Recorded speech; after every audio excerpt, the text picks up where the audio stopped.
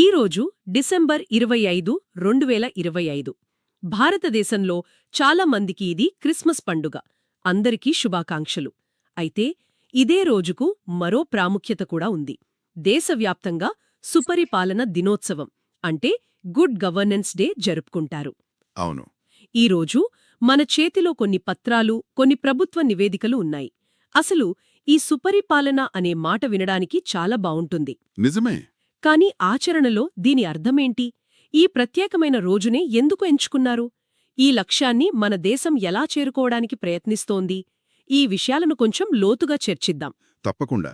ఎందుకంటే ఈ రోజుకు ఈ సుపరిపాలన అనే భావనకు మాజీ ప్రధాని అటల్ బిహారీ వాజ్పేయి గారికి ప్రత్యక్ష సంబంధముంది. ఇది ఆయన 101వ జయంతి.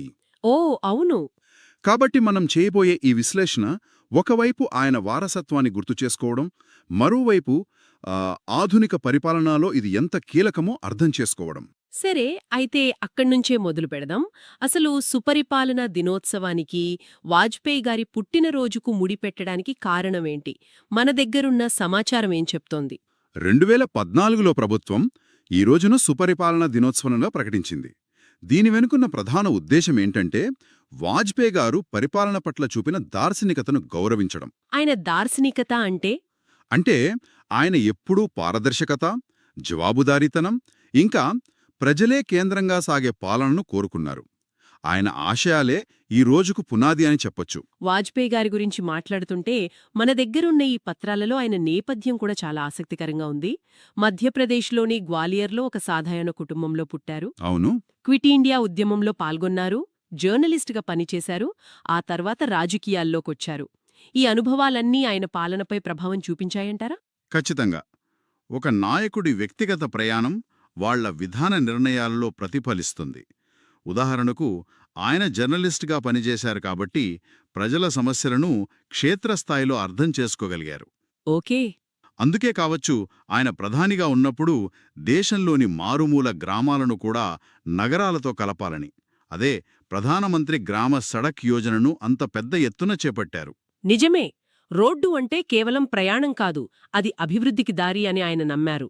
అవును, అవకాశాలకు మార్గం అని. ఆయన ప్రస్థానంలో కూడా ఎన్నో ఎత్తుపల్లాలున్నాయి కదా. 3 సార్లు ప్రధాని అయ్యారు, కాని మొదటిసారి కేవలం 13 రోజులే. అవును, 13 రోజులు మాత్రమే. ఆ తర్వాత 11 నెలలు చివరిగా పూర్తికాలం పనిచేశారు. బహుశా ఆ రాజకీయ అస్థిరత చూశారు కాబట్టేమో ఆయన విధానాలలో ఒక స్థిరత్వాన్ని ఆశించారు. జాతీయ రహదారుల అభివృద్ధి ప్రాజెక్ట్ అంటే మన గోల్డెన్ క్వాడ్రిలేటరల్ దీనికొక పెద్ద ఉదాహరణ. మీరు చెప్పింది చాలా ముఖ్యమైన పాయింట్.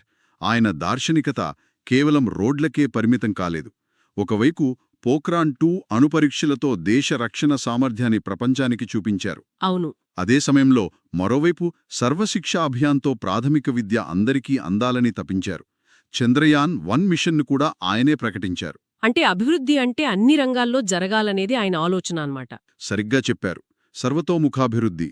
ఈ లక్షణాలన్నీ సుపరిపాలన అనే గొడుగు కిందకే వస్తాయి. అద్భుతంగా కనెక్ట్ చేశారు. మరి అసలు ఈ సుపరిపాలన అనే పదానికి ఈ పత్రాలిస్తున్న నిర్వచనమేమిటి? ఇది కేవలం మంచిగా పాలించడమని చెప్పడం మాత్రమేనా, లేక దీనికేమైనా నిర్దిష్ట కొలమానాలున్నాయా? ఉన్నాయి, స్పష్టమైన నిర్వచనాలున్నాయి. ఐక్యరాజ్యసమితికి చెందిన యునెస్కాప్ ప్రకారం సుపరిపాలన అంటే నిర్ణయాలు తీసుకునే ప్రక్రియ మరియు ఆ నిర్ణయాలు ఎలా అమలు చేయబడతాయి అనే విధానం. ఓకే. ఇక ప్రపంచ బ్యాంక్ అయితే దీన్ని ఇంకాస్త ఆచరణాత్మకంగా వివరిస్తోంది.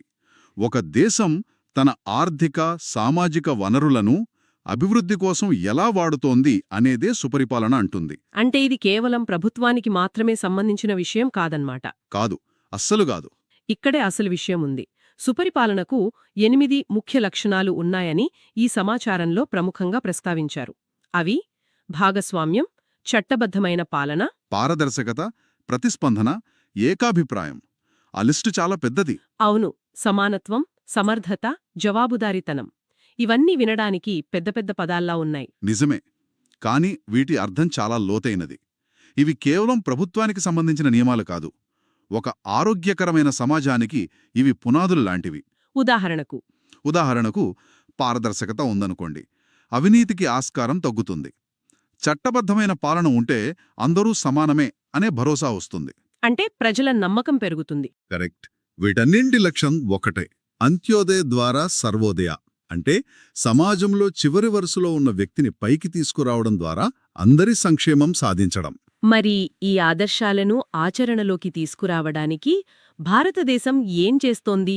మన దగ్గరున్న ఆధారాల ప్రకారం ప్రభుత్వాలు ఏ ఏ కార్యక్రమాలు చేపట్టాయి? ఈ దిశగా చాలా ప్రయత్నాలు జరుగుతున్నాయి. వాటిని కొన్ని విభాగాలుగా చూడొచ్చు. మొదటిది టెక్నాలజీని వాడుకోవడం. Digital India. అవును, యుఎంఎన్జి అనే ఒకే యాప్లో వేల ప్రభుత్వ సేవలు తీసుకురావడం. డిజిలాకర్ ద్వారా మన సర్టిఫికెట్లన్నీ ఫోన్లోనే భద్రపరుచుకోవడం. ఈ ఆఫీస్ ఇవన్నీ పారదర్శకతను పెంచేవే.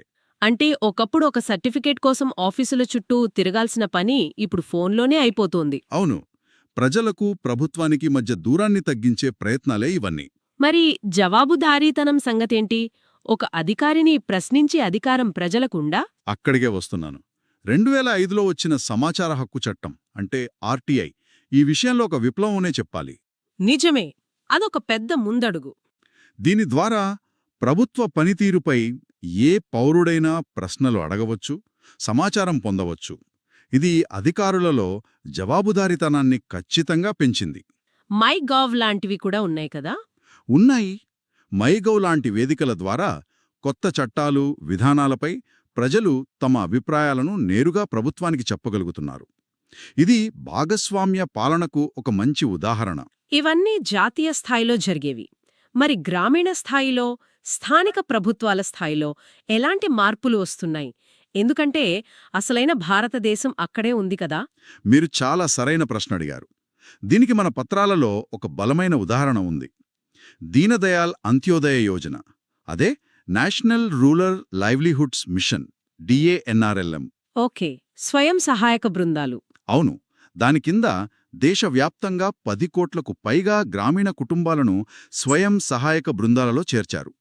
ఇది కేవలం డబ్బులివ్వడమే కాదు, మహిళలకు ఒక సామాజిక వేదికను, గొంతును ఇస్తోంది.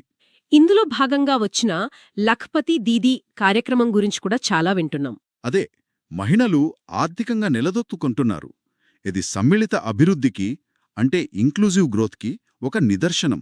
ఒకవైపు ప్రజలను శక్తివంతం చేస్తున్నారు, మరోవైపు డిజిటల్ సేవలు అంటున్నారు. కానీ వీటిని అమలు చేసేది ప్రభుత్వ అధికారులే కదా. వాళ్ల ఆలోచనా విధానం మారకపోతే ఈ వ్యవస్థ మారుతుందా? చాలా మంచి పాయింట్. దీనికోసమే మిషన్ కర్మయోగి అనే ఒక పెద్ద కార్యక్రమాన్ని ప్రారంభించారు. ఇది కేవలం శిక్షణ ఇచ్చే కార్యక్రమం కాదు. మరేంటి? మన పత్రాల ప్రకారం ఇదొక పెద్ద సాంస్కృతిక మార్పుకు ప్రయత్నం. రూల్స్ ప్రకారం ఇది కుదరదు అని చెప్పే బాబు స్థానంలో సేవ చేయడానికి ఏ మార్గం ఉంది అని ఆలోచించే అధికారి. సరిగ్లాదే, అధికారమనేది కుర్చీలో కాదు, సేవలో ఉందని గుర్తుచేయడం, సేవా సంస్కృతిని తీసుకురావడం. ఈ ప్రయత్నాలన్నింటినీ కొలవడానికి, అంటే ఏ రాష్ట్రం ఎంత బాగా పనిచేస్తుందో తెలుసుకోవడానికి ఏమైనా వ్యవస్థ ఉందా? లేకపోతే అన్ని గాలిలో మాటలే అవుతాయి కదా? ఉంది. దాని పేరే సుపరిపాలనా సూచిక లేదా గుడ్ గవర్నెన్స్ ఇండెక్స్, GGI. దీన్ని ఎప్పుడు ప్రారంభించారు? 2019లో. ఇది రాష్ట్రాల పనితీరును వ్యవసాయం, వాణిజ్యం, ప్రజా మౌలిక సదుపాయాలు ఇలా 10 రంగాలు, 58 సూచికల ఆధారంగా అంచనా వేస్తుంది. దీనివల్ల ఉపయోగమేంటి? ఇది రాష్ట్రాల మధ్య ఒక ఆరోగ్యకరమైన పోటీని ప్రోత్సహిస్తుంది. 2020-21 సూచిక ప్రకారం పెద్ద రాష్ట్రాలలో గుజరాత్, మధ్యప్రదేశ్, చిన్న రాష్ట్రాలలో హిమాచల్ ప్రదేశ్ మంచి పనితీరు కనబర్చాయి. ఇవన్నీ వింటుంటే సుపరిపాలన దిశగా చాలా బలమైన అడుగులే పడుతున్నాయని అనిపిస్తోంది. కానీ నాణ్యానికి మరోవైపు కూడా ఉంటుంది. అవును, ఈ పత్రాలు క్షేత్రస్థాయిలో ఉన్న సవాళ్లను కూడా ప్రస్తావిస్తున్నాయి. అవి వింటే ఈ చిత్రం అంతా ఆశాజనకంగా కనిపించదేమో. అవును, ఇక్కడే మనం వాస్తవంలోకి రావాలి. సిద్ధాంతానికి, ఆచరణకు మధ్య అంతరం చాలా పెద్దది. మన దగ్గరున్న సమాచారం ప్రకారం అతిపెద్ద సవాలు అవినీతి, కరప్షన్. అవును, 2024 అవినీతి సూచికలో 180 దేశాలలో భారతదేశం 96వ స్థానంలో ఉంది. 96? అంటే ఇంకా చాలా దూరం ప్రయాణించాలి. ఖచ్చితంగా. సెంట్రల్ విజిలెన్స్ కమిషన్ CVC నివేదిక ప్రకారం మన దేశ జీడీపీలో దాదాపు 20% ప్రభుత్వ కొనుగోళ్లపైనే ఖర్చు చేస్తారట. ఓ. ఇది అవినీతికి అత్యంత ఎక్కువ ఆస్కారం ఉన్న రంగమని వాళ్లు హెచ్చరిస్తున్నారు. ఈ CAG నివేదికలో ఉన్న వివరాలు కూడా నిజంగా ఆందోళన కలిగిస్తున్నాయి. ప్రధానమంత్రి కౌశల్ వికాస్ యోజన అంటే స్కిల్ డెవలప్మెంట్ ప్రోగ్రాం, అమల్లో తీవ్రమైన అవకతవకలు జరిగాయని పేర్కొంది. అవును, నేను కూడా చదివాను.